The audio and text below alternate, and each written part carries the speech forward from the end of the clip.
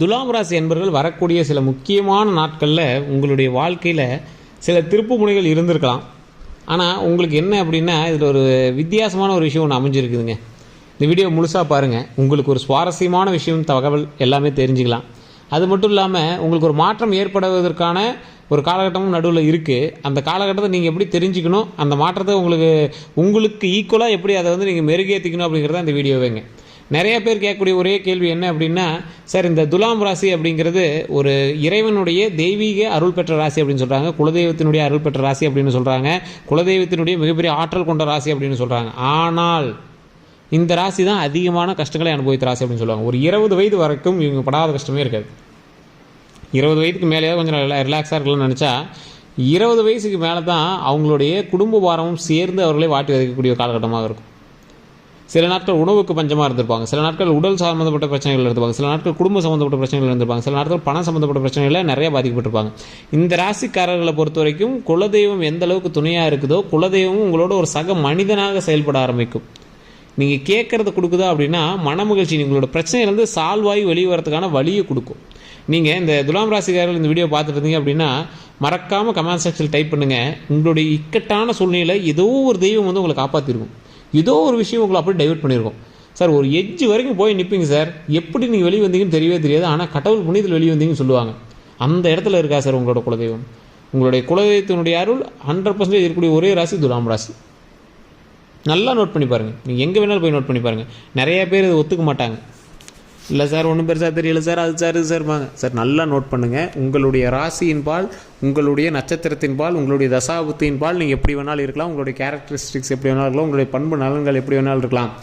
ஆனால் இந்த ராசிக்கு 100% தெளிவாக சொல்ல முடியும், குலதெய்வத்தினுடைய அருள் 100% இருக்குது.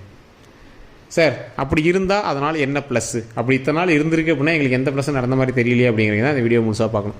நிறைய பேருக்கு இன்னும் சில சந்தேகங்கள் இருக்கும். சார் தசாபுத்தின் பால் நாங்கள் எப்படி கண்டுபிடிக்கிறது, என்ன இப்போ நடந்தால் எப்படி நடக்க போகுது அப்படிங்கிறதான் எப்படி கண்டுபிடிக்கிறது, என்ன வண்டி வாங்கலாம், எதை வாங்கலாம், எந்த லேண்டு வாங்கலாம், கடனை எப்படி அடைக்கலாம், உடல் ரீதியான விஷயங்கள்லேருந்து எப்படி வெளியே வரலாம், எந்த பிரச்சனையிலேருந்து எப்படி வெளியே வரலாம் அப்படிங்கிற நிறையா கேள்விகள்லாம் உங்களுக்குள்ளே இருக்கும். அவங்க எல்லாருமே கீழே ஒரு கான்டாக்ட் நம்பர் டீட்டெயில்ஸ் கொடுத்துருக்கேன். அந்த நம்பருக்கு ஃபோன் பண்ணி உங்களுடைய பிரபலமான ஒரு ஜோதிடர் தான் பேசுவார். நீங்கள் நல்லா உங்களுக்கு தெரிஞ்ச ஒரு ஜோதிடர் தான், நல்ல பிரபலமான ஒரு ஜோதிடர் தான். கிட்டத்தட்ட ஒரு 4 லாங்குவேஜ் ஜோதிடம் பார்க்குறது தான் பேசுவார். நீங்கள் என்னென்ன கையில் எடுத்து வச்சுக்கணும் அப்படிங்கிற நான் சொல்கிறேன். மெயினான விஷயம் என்ன அப்படின்னா பிறந்த நேரம், பிறந்த தேதி, பிறந்த ஊர். பிறந்த நேரம் நிறைய பேர் தெரியலங்கிறீங்க, அப்ராக்சிமேட்டாக சொல்கிறேன் சார் அப்படிங்கிறீங்க. அதெல்லாம் சின்ன வேரியேஷன் இருந்தாலும் ரொம்ப நிறைய வேரியேஷன் சொல்லு சார். உங்களுக்கு தேவையான எல்லா விஷயத்துக்கும் சொல்யூஷன் அவர்கிட்ட இருக்குது. ஸோ ஆனால் உங்களுடைய டாக்குமெண்ட்ஸ் கிளியராக இருக்கணும். உங்களுடைய பிறந்த நேரம், பிறந்த தேதி, பிறந்த ஊர் உங்களுக்கு தெரிஞ்சிருக்கணும்.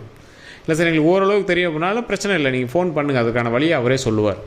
எந்த இறைவனை வணங்கினால் உங்களுக்கு தற்போது எந்த தெய்வத்தினுடைய ஆற்றல் உங்களுக்கு கிடைக்கும் அப்படின்னு சொல்லுவார். நிறைய பேர் ஜாதகமே இல்லாதவங்களாம் ஃபோன் பண்ணுவாங்க. சார் இப்போ எப்படி இந்த விஷயத்தில் தப்பிக்கிறது, இந்த ஜாதகம் தான் சொல்கிறாங்க, எப்படி தப்பிக்கிறது அப்படின்லாம் இருப்பீங்க. அவங்களாம் இவருக்கு ஃபோன் பண்ணுங்கள். எல்லா விஷயத்துக்கும் ஆன்சர் வச்சுருக்காரு சார். அப்ராக்சிமேட்டாக நீங்கள் உள்ளே போனீங்க அப்படின்னா கூட அக்யூரேட்டாக உங்களோட லைஃப்பை பற்றி சொல்லுவார். ஸோ அந்தளவுக்கு ஒரு பிரபலமான நம்பர் தான் நான் கொடுத்துருக்கேன். நீங்கள் ஜஸ்ட் கால் பண்ணி கேட்டு தெரிஞ்சுக்கோங்க. நீங்கள் ரொம்ப மிகைப்படுத்தி பேசுகிறதுனால நினச்சிட்டுனா சரி, இல்லை எப்படி இருந்தாலும் சரி, உங்களுக்கு உள்ளே போயிட்டு இருந்தீங்கன்னா உங்களுக்கே அதோட அவுட்புட் தெரிய ஆரம்பிங்க. சார் நீங்கள் சொன்னது உண்மை தான் சார், ஏதோ ஒன்று இருக்குது சார் அப்படிம்பிங்க. ஸோ அந்தளவுக்கு அவர் எல்லாமே பேசுவார். அது மட்டும் இல்லாமல் வசியம் சம்மந்தப்பட்டது, திருமணம் சம்மந்தப்பட்டது, குழந்தைகள் சம்மந்தப்பட்டது எல்லா விஷயத்துக்குமே அவர் ஆன்சர் வச்சுருக்காருங்க. ஸோ வேறு எந்த கருத்துக்கள் இருந்தாலும் மறக்காமல் நீங்கள் அவர்கிட்ட பேசி தெரிஞ்சுக்கலாம். சரி, இப்போ நம்ம பொது பலனுக்கு வருவோம். இந்த துலாம் ராசிக்காரர்களுடைய தெய்வ ஆற்றலை பற்றி நம்ம பேசினோம். தெய்வீக ஆற்றல் இருக்குது, குலதெய்வத்தினுடைய அருள் இருக்குது, இதெல்லாம் ஓகே சார். என்ன ப்ளஸ்ஸு, உங்களுக்கு ஒரு கிரிட்டிக்கல் ஸ்டேஜில் போய் காப்பாற்றின கடவுள் இப்போ உங்களுக்கு நல்ல ஒரு லைஃப்பை கொடுக்க வரார், சந்தோஷமான மகிழ்ச்சியான ஒரு தருணத்தை கொடுக்க வரார், வாழ்க்கையில் முன்னேற்றத்தை கொடுக்க வரார். எந்த ஒரு விஷயத்தில் நீங்கள் ரொம்ப நாளாக தயங்கி நின்னீங்களோ அந்த விஷயத்தில் உங்களோட முன்னாடி நிறுத்தி உங்களை முன்னாடி ஒரு நல்ல மரியாதையோட, நல்ல ஒரு நீண்ட ஆரோக்கியத்தோட, நல்ல ஒரு உடல் ஆரோக்கியத்தோட, நல்ல நீண்ட ஆயுளோட கடவுள் நமக்கு ஒரு நல்ல வாழ்க்கையை கொடுக்க போகிறார். நீண்ட ஆயுள் துலாம் ராசி இனி வரக்கூடிய நாட்களில் நீண்ட ஆயுள் தருவதற்கு இறைவனை பிரார்த்திக்கணும். ஸோ கண்டிப்பாக கடவுள் கொடுப்பார். என்ன ஒரு விஷயம் அப்படின்னா, இந்த ராசியை பொறுத்த வரைக்கும் நீ குலதெய்வ வழிபாடு பண்ணிங்க அப்படின்னா போதும். ஒவ்வொருத்தருக்கும் ஒரு ஸ்பெஷல் தெய்வம் இருக்குது பார்த்தீங்களா, ஒவ்வொரு ராசிக்கு ஸ்பெஷல் தெய்வம் இந்த ராசிக்கு இருக்குது. இருந்தாலும் இந்த ராசியை பொறுத்த வரைக்கும் குலதெய்வ வழிபாடு மட்டும்தான் உங்களுக்கு 100% உங்களுக்கு பக்கா. குலதெய்வத்துக்கு போங்க, குலதெய்வ இடத்துல போய் ஒரு நாள் முடிந்தால் ஒரு ஃபங்க்ஷனுக்கு போகிறீங்க அப்படின்னா காலையில் போய் சாமி கும்பிட்டு தான் போதும்லாம் போகாதீங்க. முன்னாடி நாளே பூஜைலாம் நைட்டு பூஜைலாம் நடக்குதுன்னா நைட்டு போங்க சார். நைட்டு போய் அங்கே தங்குங்க, அந்த இடத்துல தூங்கி எந்திரிங்க, அந்த இடத்துல உட்காந்து தூங்கி எந்திரிங்க, உங்களுடைய முன்னோர்களுடைய மடியில் படுத்து தூங்கி எந்திரிக்கிற மாதிரி இருக்கும் அந்த இடத்துல. ஸோ அந்த துலாம் ராசி போனீங்கன்னா உங்களுக்கு ஒரு வேரியேஷனே தெரிய ஆரம்பிக்கும். உங்களோட லைஃப்பில் ஒரு மிகப்பெரிய சேஞ்சை கொடுக்கும், நல்ல ஒரு மாற்றத்தை கொடுக்கும், நல்ல ஒரு தன்னம்பிக்கை கொடுக்கும், நல்ல ஒரு வளர்ச்சியை கொடுக்கும். தொழிலில் முடங்கிருக்கீங்களா, அந்த இடத்துல போய் உட்காந்து படுத்து உங்களுடைய குறைகளை மைண்டுக்குள்ளே என்ன இப்படிலாம் இருக்குது அப்படின்னு சொல்லி பேசுங்க. அந்த இடத்துல உங்களுக்கு பதிலாக உங்களுடைய முன்னோர்கள் வந்து சொல்லுவாங்க. ஒரு ஆறா பாசிட்டிவ் எனர்ஜி. இப்போ நீங்கள் எப்படி உங்களோட பையன் மகன் எல்லாம் நல்லா இருக்குன்னு நம்ம கும்பிட்றோம்ல, ஸோ அதே மாதிரி தானே உங்களுடைய முன்னோர்கள் நீங்கள் நல்லா இருக்குன்னு கும்பிட்டுருப்பாங்க. அப்படி நீங்கள் ஒரு இடத்துல ஃபீல் பண்ணி நின்றுட்டு இருக்கும்போது, ஏதோ ஒரு தூரத்தில் நின்றுட்டு இருக்கும்போது ஒரு மாதிரி இருக்கலாம். குலதெய்வத்தினுடைய இடம் அப்படிங்கிறது உங்களோட முன்னோர்கள் வசிக்கிற இடம். அந்த இடத்துல போய் நீங்கள் ஃபீல் பண்ணி நின்னீங்கன்னா அவங்க என்னடா இவன் இப்படி நிற்கிறான், அவனுக்கு எதாவது வேணுங்கிறத நம்ம சரி பண்ணணும்னு நினைப்பாங்கல்ல. கண்டிப்பாக அந்த இடத்துல உங்களுக்கான வாய்ப்பை அந்த குலதெய்வம் கொடுப்பாங்க. எதற்காக நீங்கள் நிற்கிறீங்களோ அழுகாமல் அந்த இடத்துல சொல்லுங்கள் சார். அழுகாமல், மனம் வருந்தாமல், கடவுள்கிட்ட மகிழ்ச்சியாக பேசி நின்று இந்த விஷயம் எனக்கு வேணும். குழந்தை எப்படி உங்களோட மகனோ மகளோ உங்கள்கிட்ட எப்படி வந்து அடம் பிடிக்கிறாங்க, இது எனக்கு வேணும், எனக்கு நல்ல ஒரு கார் வேணும், நல்ல ஒரு பைக்கு வேணும், நிறைய லாபம் வேணும், இன்றைக்கி எனக்கு ஒரு 1 லட்ச ரூபா வேணும், 50,000 ரூபா வேணும், டெய்லி 50,000 ரூபா வேணும், டெய்லி 100 ரூபா பேக்கெட் மணி வேணும், டெய்லி 50,000 ரூபா எனக்கு சம்பளம் வேணும், மாதம் எனக்கு 50 லட்ச ரூபா லாபம் வேணும், பிஸ்னஸ் பண்ணுறீங்களாம். ஸோ இந்த மாதிரிலாம் எத்தனை பேர் எல்லாம் அடம் பிடிக்கிறாங்க. அந்த மாதிரி அடம் பிடிச்சி போய் நில்லுங்க சார். கேட்க வேண்டியது குழந்தைகளின் கட்டாயம், கொடுக்க வேண்டியது கடவுளின் ஒரு பாசம். புரியுதா? நீங்கள் கேட்குற இடம் உங்களுடைய அப்பா அம்மா கிட்ட கண்டிப்பாக கடவுள் கொடுப்பாங்க சார். இப்பயும் சொல்கிறேன், கொடுப்பாங்க, கொஞ்சம் டிலே ஆகலாம். ஒரு 3 மாதம், 4 மாதம், 5 மாதம், 6 மாதம், 1 வருஷம் கூட டிலே ஆகலாம். ஆனால் நீங்கள் கேட்டது கிடைக்க வேண்டிய ஒரே இடம் உங்களுடைய குலதெய்வ இடம் தான். இல்லைனா இந்த உலகமே போய் குலதெய்வத்திட்டே மறுபடியும் விழுவாங்களா சார்? காரணம் இல்லாமல் சார் அங்கே போகிறாங்க. ஆனால் இந்த துலாம் ராசிக்கு அது 100% பொருந்தும். நீங்கள் அடித்து சொல்ல நீங்கள் போய் ட்ரை பண்ணி பாருங்கள். அந்த இடத்துல சாப்பாடு செய்யுங்க, சாப்பாடு பொங்கல் வைங்க, பொங்கல் வச்சு அது 4 பேருக்கு கொடுங்க. காசை கொடுத்துறாங்க பொங்கல் வைக்க சொல்லிட்டுலாம் விடாதீங்க. பொங்கல் வைங்க சார். உங்களுடைய மனைவி பொங்கல் வைக்க சொல்லுங்கள், உங்களுடைய தாய் தந்தை இருந்தாங்கன்னா பொங்கல் வைக்க சொல்லுங்கள், உங்கள் மகன் இருந்தாலும் பொங்கல் வைக்க சொல்லுங்கள், உங்களோட மருமகள் இருந்தாங்கன்னா பொங்கல் வைக்க சொல்லுங்கள். பொங்கல் வச்சு அந்த இடத்துல உட்காந்து எல்லோரும் சாப்பிடுங்க. சாமிக்கு படைச்சிட்டு அந்த இடத்துல உட்காந்து எல்லாம் சாப்பிடுங்க. ஒரு 10 பேர்த்துக்கு கொடுங்க, அங்கே இருக்கிற எல்லாத்துட்டையும் கொடுங்க. அன்னத்தை விட மிகப்பெரிய பாவம் கழிக்கும் ஒரு இடம் எங்கேயுமே கிடையாது. சாப்பாடு செஞ்சு ஒருத்தர் வயிறு நப்பிட்டீங்க அப்படின்னா, அவரோட பசி தீர்ந்துச்சு அப்படின்னா உங்களோட பாவம் முடிஞ்சு. அதுவும் உங்களுடைய குலதெய்வத்தை இடத்துல பண்ணீங்க அப்படின்னா, உங்களுடைய பரம்பரை வீட்டிலேருந்து ஒருத்தர் சோறு போட்ட விஷயம், உங்களுடைய முன்னோர்களும் மன திருப்தி அடைவாங்க. நான் என் கையால் இன்றைக்கி சாப்பாடு போட்டேன், என் மகன் போட்டான்டா சோறு அப்படிங்கிற மாதிரி. அதே மாதிரி நீங்கள் இருக்கக்கூடிய இடம் ஒரு தெய்வத்தினுடைய ஆலயம். அந்த இடத்துல உணவளிக்கும் போது உங்களுடைய பாவங்கள் தீர்கிறது, உங்களுடைய முன்னோர்களுடைய பாவங்கள் தீர்கிறது. அப்போ உங்களுடைய ஜென்ம ரீதியான பலன்களும் கர்மாக்களும் தீர்கிறது. ஸோ அப்போ என்ன நடக்குது? ஆட்டோமேட்டிக்காக இறைவனுடைய அருள் தடைபட்டு இருந்த விஷயங்கள் எல்லாம் நடக்கும். குழந்தை பேர் இல்லாதவங்களாம் அதை பண்ணி பாருங்கள், கண்டிப்பாக குழந்தை பேர் உண்டாகும். அதே மாதிரி நான் முன்னிருந்து செய்கிறேன் அப்படின்னு போய் சாமிக்கு முன்னாடி இருந்து எல்லா விஷயத்தையும் செய்யக்கூடாது. சாமி கோயில் கட்டுறதோ இல்லை கோயிலுக்கு ஏதாவது விஷயங்கள் நடக்கிறதோ, நீங்கள் தர்மகர்த்தா வரீங்க நானே தான் முன்னெடுத்து செய்வேன் அப்படின்னு பண்ணுறதுலாம், அதெல்லாம் முன்னெடுத்தலாம் நம்ம பண்ணவே கூடாதுங்க. சாமி நம்ம தூரத்துலேருந்து கும்பிட்டாலும் சரி, கடவுள் நம்ம வணங்கினாலும் சரி, கடவுளுக்கு என்ன வேணுமோ அதை நம்ம செஞ்சு கொடுக்குறோம், அருள் பெறுறோம், வாங்கிட்டு வந்துடுறோம். முன்னடந்து போய் செய்யக்கூடிய விஷயங்கள் நிறைய பேர் செய்யக்கூடாது. அது நிறைய பேர் மைண்டில் வச்சுக்கோங்க. அது இந்த கும்பராசிக்காரில் தனுசு ராசிக்காரில் நிறைய பேருக்கு அது மேட்ச் ஆகும்.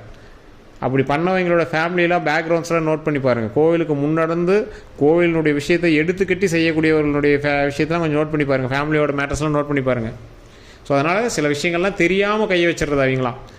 கடவுள் வளர்த்தி தான் கொடுக்குங்க, ஒன்றும் பிரச்சனை இல்லை. ஆனால் தெரியாமல் கையை வச்சு அது ஏதோ ஒரு பக்கம் திருப்பி விட்டுறக்கூடாது. பொங்கல் வைக்கிறீங்க, சாமிக்கு படைக்கிறீங்க, சாப்பிட்றீங்க, ஒரு 10 பேருக்கு சாப்பாடு போடுறீங்க, உங்களுடைய பாவத்தை தீக்கிறீங்க, மகன மகிழ்ச்சியோட உங்களுக்கு என்ன தடைப்பட்டிருந்தோ, திருமணம் தடைப்பட்டிருந்தா திருமணம் நடக்கிறதுக்கான வழிமுறையை கடவுள்கிட்ட கேட்டு வணங்கிட்டு வரீங்க. குழந்தைகள் விஷயமா குழந்தைக்கான விஷயத்தை கடவுள்கிட்ட மட்டும் தான், குலதெய்வத்திற்கு மட்டும் தான் ஃபஸ்ட்டு வணங்க முடியும். அதை சொல்லி பிரச்சனைகள் சால்வ் பண்ணிட்டு வரீங்க. தொழிலில் ஏதாவது மாற்றங்கள் ஏற்படணுமோ அதுக்கும் உட்காந்து பேசி அந்த இடத்துல மைண்டோட ஒரு ஃப்ரீ மைண்டடாக நல்லா தூங்கி எந்திரிச்சு ஃப்ரெஷ்ஷாக அப்படியே பேசிவிட்டு அதை கொஞ்சம் கிளியர் பண்ணிட்டு வாங்க. ஸோ இந்த மாதிரி மாதத்துக்கு ஒரு முறை, வருடத்திற்கு ஒரு முறை போய் பண்ணிங்கன்னா, வருடத்துக்குலாம் இல்லை மாதம் போய் பாருங்கள், உங்களுக்கு ஒரு வேரியேஷன் தெரியும். எல்லோரும் போய் இருக்கிற அன்னைக்கு போகணும்லாம் அவசியமே இல்லை சார். கோயிலில் பூசாரி தவிர வேறு யாரும் இல்லை சார். போய் கும்பிடலாமா?